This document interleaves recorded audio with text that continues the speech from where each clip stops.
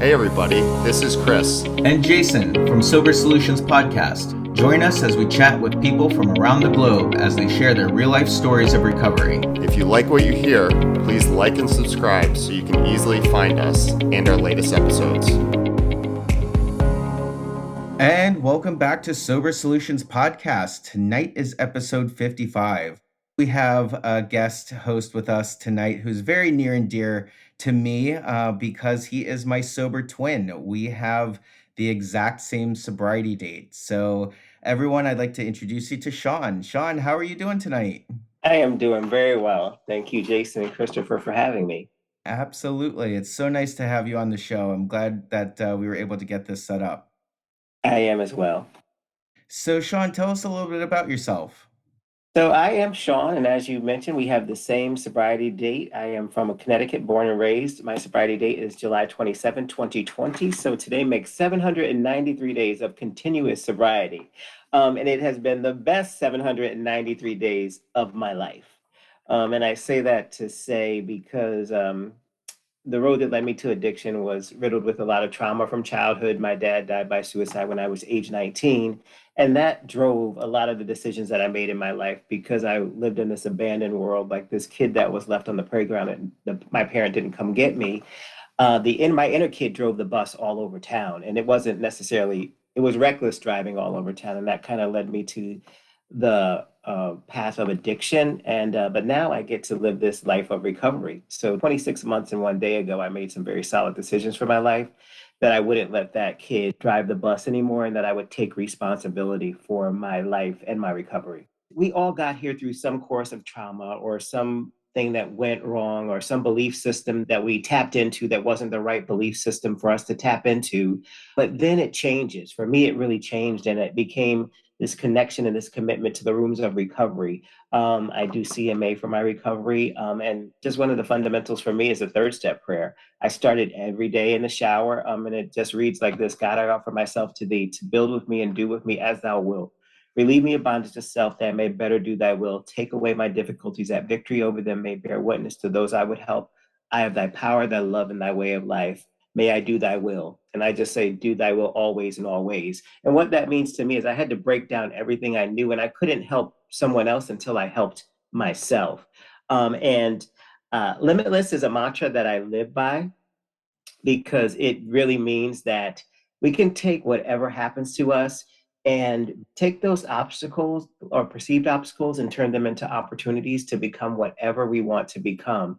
And when we take those limits off, the limits of I'm not good enough, the limits of I doubt myself, the limits of incapable, when we take those limits off, we really have the ability to become anything that we want to become. And it's a lifestyle, it's a mantra for life.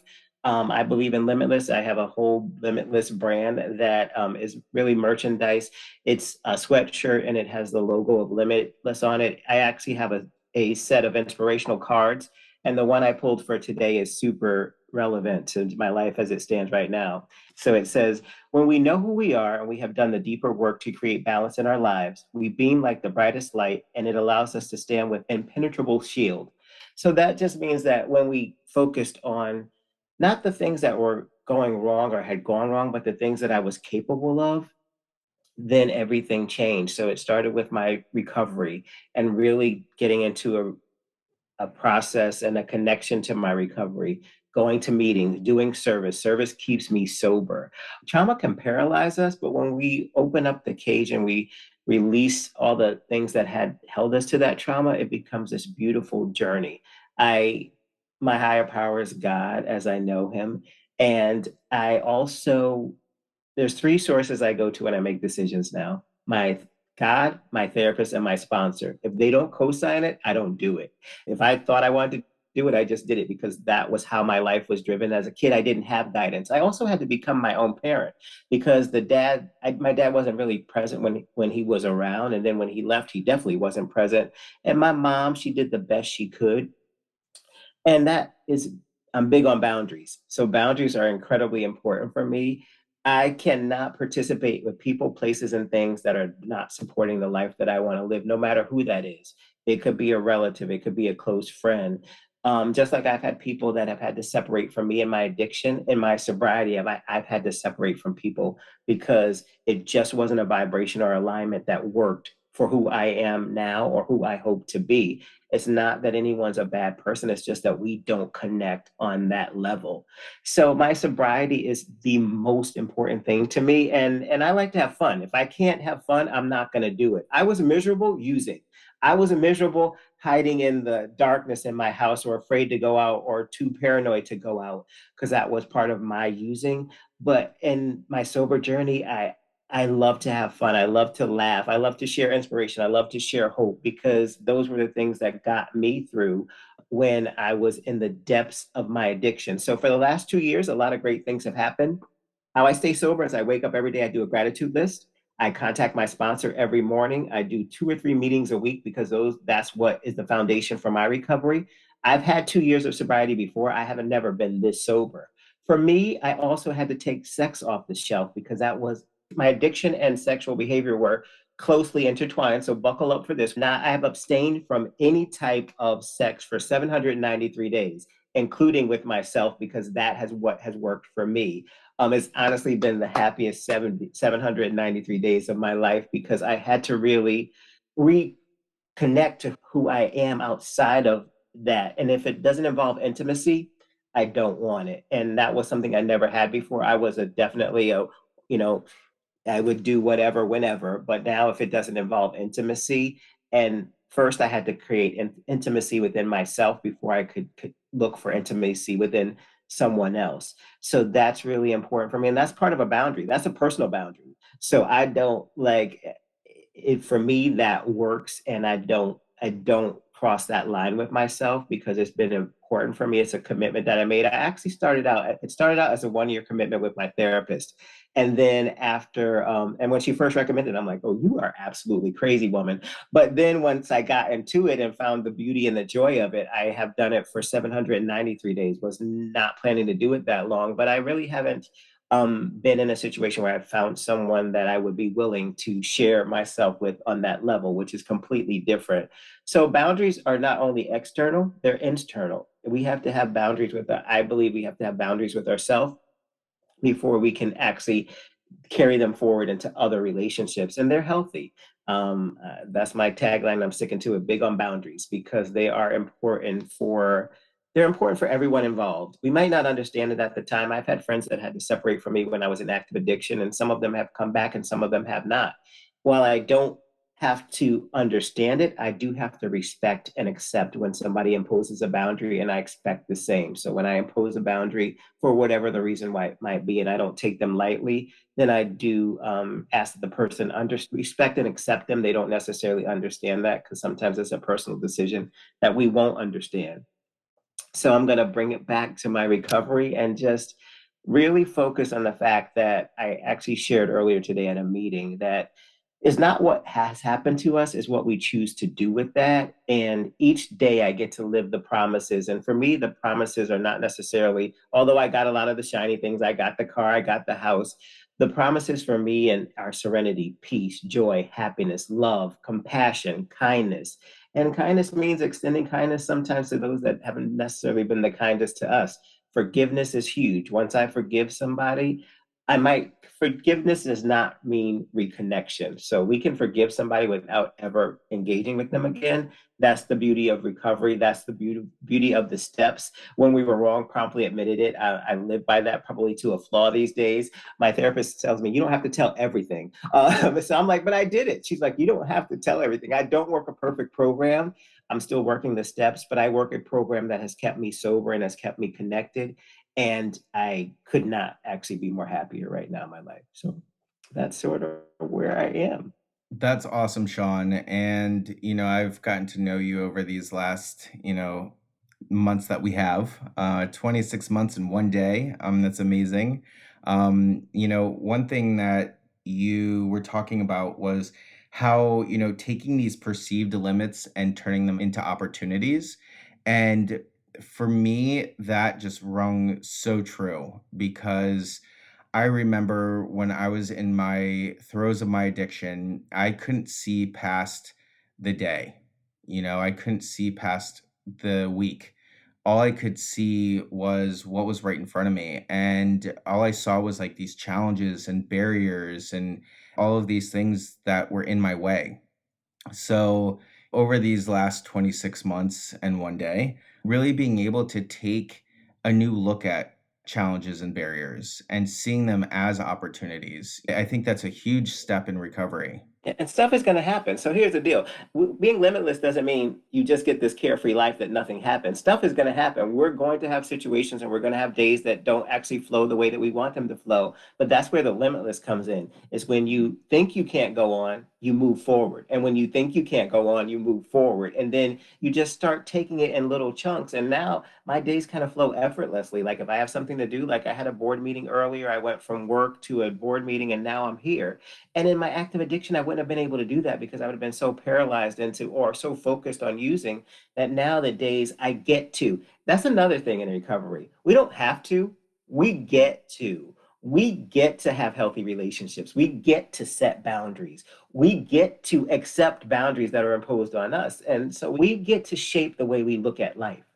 I 100% agree. And you mentioned setting boundaries a number of times. And I'm really interested to hear your take on how you set those boundaries with people or separate from people, like you were talking about, when you're in recovery, right? Knowing that the people, places, and things, maybe it's family that are triggers, maybe it's partners that are triggers, maybe it's old hangouts or hookups or whatever it is.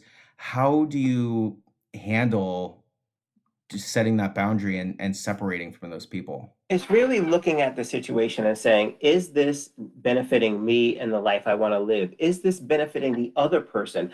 Not only what they want to be giving to me, but what am I contributing to them? And if I can't contribute to that, and if it's a trigger for me, then I have to separate from it. So, for example, I'll give you a very relevant example. My sister and I have not spoken in 4 years, and that triggered me 4 years ago. It triggered me into active addiction. Now I look at it as we are just two siblings does not make you friends. It makes you siblings. What happens after that is what you choose to make it. But now I find a place of peace for whatever reason. We just do not vibe. And it's also acceptance. Acceptance is a big part of boundaries, whether we are imposing them or whether they're imposed on us. Accepting means I okay that you have this boundary. I might not understand it. And the other part of that is I'm okay implementing this boundary. And recovery makes it very clear what people, places, and things don't work for. For me, it has made it very clear what people, places, and things don't contribute to my continued recovery. I just heard so much recovery in that first 10 minutes, so many topics, the third step prayer, obstacles to opportunities, like you guys just said, decisions through your God therapist sponsor. One of the things early in my sobriety was reading the third step prayer, and it is at the core of my recovery, and it should be at the core of a lot of people's recovery, because in essence, it's letting go of self-will, right? It's spiritual surrender. And that was something that I had a really hard time with at first, because I am absolutely a control freak. I like controlling every situation. I like controlling it to a fault. And working through that and trying, I'm still trying to get better at it.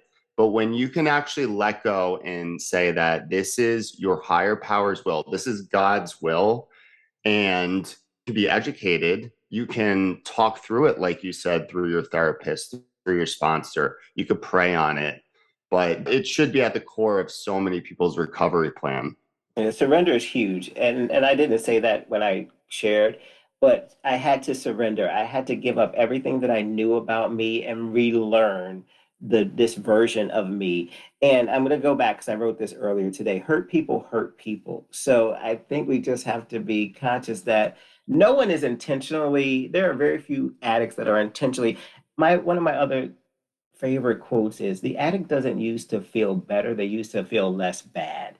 And I think when surrender is a huge part of the beginning of working with the clay that you have. We get this clay that we get to shape every single day. When we wake up, we have a whole new set of clay to work with. And surrender is I'm going to take down that what I thought was a masterpiece because it was kind of a mess, and I'm going to make something better out of it. Your phrase hurt people hurt people. I mean, that's just so powerful because just thinking about how I was in my active addiction, I would want to tear people down to the lowest depth that I could just to feel a little bit, whether that be anger or gratification or some kind of feeling. I was so hungry for an emotion and a feeling that if I made you feel like shit because I felt like shit, at least you felt like shit the same way that I did, you know? And it's just such an emotional roller coaster that we put ourselves through. And the thing is that now have a program. Well, most of us, we have a structure to our life now, whatever that structure is. And people who aren't in recovery don't. And so we have the ability to kind of step back now and say, why am I hurting this person? What is it that I need to fix in myself to be able to not be the douchebag dickhead that I used to be when I was in active addiction? I like when you said that because sometimes people, when they get out of rehab or they start fresh in a program, they will start preaching to everyone. You just go through hundreds and thousands of hours of therapy and you're like, well, let me psychoanalyze this situation. And you just start preaching and preaching and preaching. And this person's like, whoa. And work equals results. So when we work a program, we get the results so that we don't do that. So we don't have to minimize somebody to feel better about ourselves. We don't have to put somebody else in pain to help them understand that we're in pain, because that is not something that works. But we get to really show up and say, sometimes I take breaks all day long. If I need to regroup or reset, I probably should have taken one before I got on that board call, but I didn't. Growth opportunity for me. But I take opportunities, like I meditate for 10 minutes in the morning. And if I don't, I could tell. But I take those pauses to say, you know what? How am I not showing up as how I want to show up? And what do I need to do to really shift that? It's a work in progress. Like, no one is perfect. Like, that's why we get this opportunity to continually live and evolve and become the people that we're going to become. But I think what's important is to know who we want to become. In an active addiction, I didn't know who I wanted to be. I thought I wanted to be this addict that used every day and then hid stuff and lied, but that's not who I want to be. I want to be this person that gets to live and show up and get the cash and prizes because I've worked for them. They don't just show up, you work for them. On day 24, you don't just get like a microwave. You have to work for that stuff, and that's what the beauty of surrender is, and having those boundaries, because those boundaries kind of take off of that stuff that was impeding our progress. Yeah, all of what you just said really tied into something else I heard you say. The addict didn't use to feel better, they used to feel less bad. And I've never heard that before, but it is so true. It's so true. And, it just ties into everything that you were talking about. And, this idea of setting boundaries with people around us and you with your sister and similarity to me and my father, where when I was in rehab and I was in rehab with Chris, I had to actually work through the fact that my father was a huge trigger for me, like a huge trigger for me. And it all stemmed from me growing up and him having these very high standards and not feeling good enough and like all this stuff that I've been working through with my therapist over the last 2 years. But I was able to get to a place where I could set these healthy boundaries. And it wasn't because I, one, didn't want to, and two, I just didn't have the ability to, but I didn't have to set that. I'm going to separate with love. I'm going to disconnect with love, but more of I'm going to tell you what a boundary is for me. Because now, like you said, I could identify it. I know my worth and my value today, and have my own voice today, and I can be the man that I am today because I've gotten sober and because I've done all of this discovery of who is Jason, right? And so, me setting a boundary with him when I was actively using sounded something like, go fuck yourself. I'm not going to talk to you, or I'm going to go slam some doors in the house, or I'm not going to call you for a while, or you're a piece of shit. Like, those are my boundary setting tools, right? Now it's, Dad, I totally understand what you're saying. I totally understand where you're coming from. Here's where I'm coming from. Can we meet somewhere in the middle? And if we can't, okay, I totally understand your point of view and where you're coming from. I don't agree, and I just want to keep it at that. It's really healthy conversations. And I love what you just said. Boundaries do not mean we do not love the person or care about them. Boundaries mean we love ourselves enough to protect ourselves. And I think that's the game changer for me. Like I thought if I set a boundary, I had to hate you or I had to never want you in my presence. I still pray for folks that I have boundaries for every day. Actually, it's part of the big book 552. Pray for those that you have a problem with. But I do it anyway because it's just something that has worked for me. It gives me peace. I can't let anyone move my peace because when they're moving my peace, they are potentially moving my sobriety. And I had issues with my dad too. My dad was an alcoholic and very abusive. And in an effort not to become like him, I became exactly like him, with the addiction piece of it. And in relationships, I was a little volatile myself. And I think that's maybe why I am comfortable with this bridge where I am with my celibacy because I can control that. I can control the love I give to myself.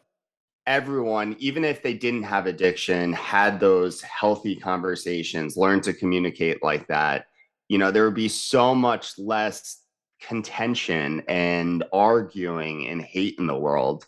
It would be amazing. I mean, recovery isn't really just about, and we've said this a million times, recovery isn't about stopping drinking or drugging. It's about changing to a healthy lifestyle. Well, the tension isn't always in setting the boundary. It's also what you talked about, Sean, in respecting the boundary, right? So when someone sets a boundary with me, for instance, my ex-husband has set a boundary of our lives are completely separate. And when I was in my active addiction, I did not want to respect that. Going into rehab, I wasn't dealing with it, and it was still far back in my mind, but I didn't want to respect it and I didn't understand it.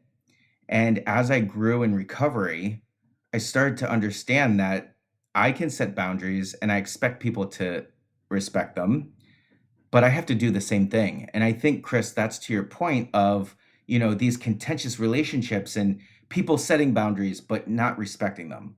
You can't just set them without respecting them. You have to respect them, and and again, you have to. You don't have to understand them because sometimes we won't understand them. I have a friend that literally 793 days, actually longer. He has not. I've reached out. I've tried to make amends, and he just has not wanted to re-engage. And the old me would have been sending him nasty grams, would have been pursuing it, would have been trying to dismantle him for hurting my feelings. And now I let it go with grace because if he chooses to come back, that's great. If he doesn't choose to come back, in some ways, that's also great. It's not great, but it's okay because I can't let that confine or define me or trigger me back into old behavior because someone, while I've changed, they don't know that I've changed from that old behavior. And I don't have anything to prove or validate. I work a living amends in that case where every day I just try to be the best version of me. If you catch the episode, you catch it. If you don't, you don't.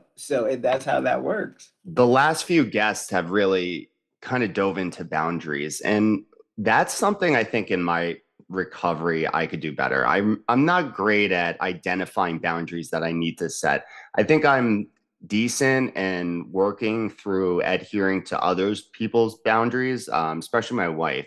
It took me a very long time to actually listen to what she was saying when she was saying a boundary, and it took a very long time, but now I think I'm doing a little better with that. For example, when we argue, I want to analyze it right then. And she's one of those people that says, I need time. Let's talk about this tomorrow. And in my head, I'm spinning all night. I'm working towards that. But one thing I think I can work and do better at is actually communicating my boundaries in a healthy way. So this conversation is great because it's making me realize that I need to really work on that a little more.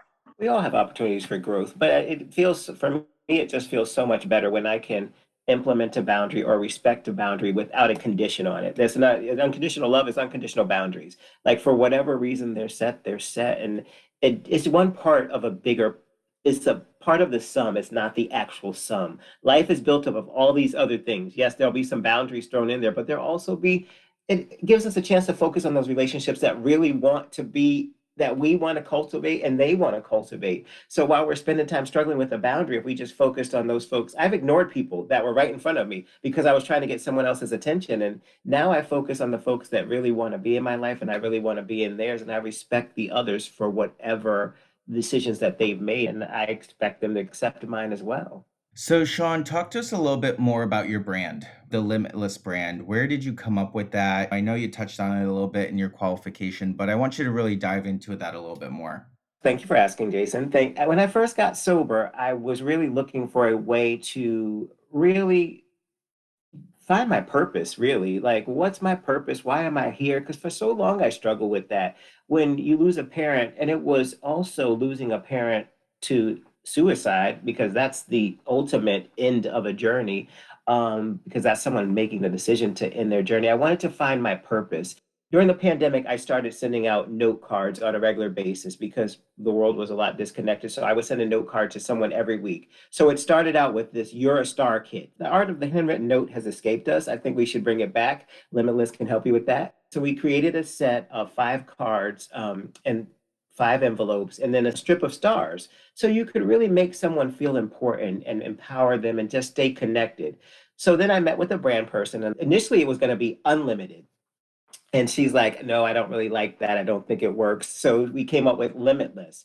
And once she did it and the fonting on it, I just loved it. And it's really a lifestyle mantra. While there's merchandise associated with it, is a mantra for life. It's really being present, being powerful, which is a new word I'm using tonight because that has never come up when I've talked about Limitless, but it seems appropriate. So it's really being powerful. I started out with a line of sweatshirts, and then I did t-shirts this summer, and the sweatshirts have taken off. They are amazing, and people love them. And actually, I haven't really developed the website yet, but the brand sells itself. So I somebody will buy a sweatshirt, and then I'll get an email from somebody else that says, "Can I get a sweatshirt?" So it's kind of actually allowed it to propel organically because I just wanted to live in the cycle that it needs to live in.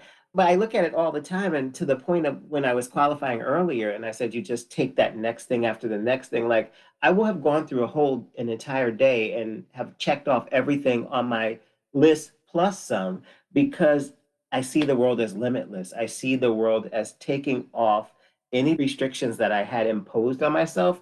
And a lot of times the world doesn't impose restrictions on us. We self-impose them because we think we need to stay a certain place. But when we really kick open that door to purpose, Limitless is really about tapping into purpose and just taking all of the holds off of our lives and expanding into who we really choose to be. At the beginning, all I could think about was the Bradley Cooper movie, which is amazing. But I do agree. I mean, what you're saying is a lifestyle. It's about tapping into yourself. It's about learning. It just so much. And I agree. Your brand sells itself. I would feel so amazing if I got a letter from someone. So I agree. I mean, it's kind of inspiring me to want to write a letter to my grandma, write a letter to, I could just list people. But imagine just receiving that out of the blue and saying, "Hey, I'm thinking of you." I've sent a lot of those letters to a lot of my sponsees brothers that have come back from relapses or that are new to sobriety or when I'm first getting to know them. And literally, if I qualify at a meeting, they will bring up the fact that that note was so powerful to them. Some of them actually leave it right near their desk. I do think it's intimacy on a different level because you're showing someone that you've taken the time.